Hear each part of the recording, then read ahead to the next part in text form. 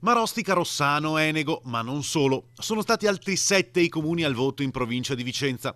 Nel capoluogo, chiamato a scegliere il sindaco dopo 10 anni di variati, ha vinto Francesco Rucco, avvocato appoggiato da tutto il centrodestra unito. Ho sentito Francesco Rucco stamattina, è sindaco carico, un bravo ragazzo anche lui, proprio una bella abbinata. Rucco e Conte e Vicenza Treviso faranno belle cose assieme, perché poi sono due comunità che si assomigliano, hanno molte cose in comune. E anche Francesco è carico e gli ho augurato veramente un grande in bocca al lupo, e come ha fatto Conte ha detto bisogna che ci vediamo. Oltre Vicenza alle urne, comuni piccoli. A Chiampo si registra un risultato clamoroso per Matteo Macilotti, che ha preso il 90% delle preferenze, relegando al 9, qualcosa il candidato della Lega Vantin.